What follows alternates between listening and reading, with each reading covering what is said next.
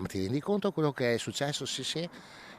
Non sapeva cosa doveva fare, in poche parole. Con tranquillità gli ho detto sediamoci qua, parliamo un attimo e cerca di essere il più collaborativo possibile, di denunciare il fatto subito, e infatti l'ha fatto. La fuga di Roger Sciota, il 34enne albanese killer di Fontana Fredda, è terminata a tarda sera ad Orsago, quando a prelevarlo dall'abitazione dell'imprenditore Angelo Ferracin, suo datore di lavoro, sono arrivati i carabinieri di Vittorio Veneto, ai quali ha raccontato di aver sparato poco prima davanti ad un bar a un suo connazionale, un parente, il 43enne Vladimir Topiana, autista per una ditta di Porcia residente a Cordenons. Sciota, stravolto, ha suonato al campanello di casa di Ferracin, ammettendo quello che aveva appena fatto. È stato l'imprenditore, che il 34enne considera come un padre, a convincerlo a costituirsi e a chiamare il 112. Quali sono state le sue parole che lo hanno convinto?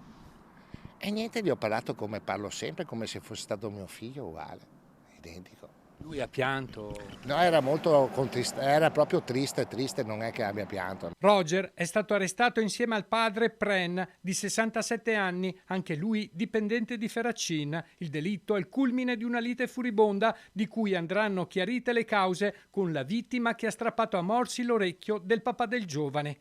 A quel punto il 34enne ha esploso 3 colpi che hanno raggiunto il rivale alla testa, freddandolo all'istante e lasciandolo esanime a terra, come ha raccontato un testimone. In poche parole è arrivata una macchina, si sono un po' azzuffati tra i due, quello che è sceso cosa, e poi si sono sentiti 3 colpi di pistola d'arma da fuoco e questo è rimasto lì, morto all'istante. Una scena drammatica di fronte alla quale il figlio della vittima, un 17enne, è crollato in un pianto inconsolabile. Per Ferracin una violenza inspiegabile, quella di Sciota. No, veramente, non ho mai avuto nessuno neanche segnale che potesse essere violento o altro. No. Un gran lavoratore. Sì, puntuale e molto aziendalista, nel senso, lui probabilmente è anche preoccupato che il giorno dopo non veniva neanche a lavorare, è venuto qua anche a dirmelo.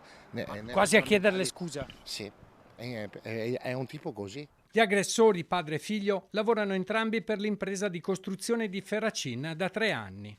Già facevano il tipo di lavoro che io faccio e quindi erano anche già persone esperte, nel senso capaci nel loro lavoro. E cosa svolgevano? Che mansione svolgevano? Uno è uno scavatorista molto bravo e l'altro fa il caposquadra. Il padre è il caposquadra. No, lui. Per Roger e Pren Sciota l'accusa è di omicidio aggravato in concorso. Prima dell'arrivo dei carabinieri, il 34enne di Sacile, padre di 2 bambini, di cui una piccola appena nata da 4 mesi, ha chiesto un favore a Ferracin.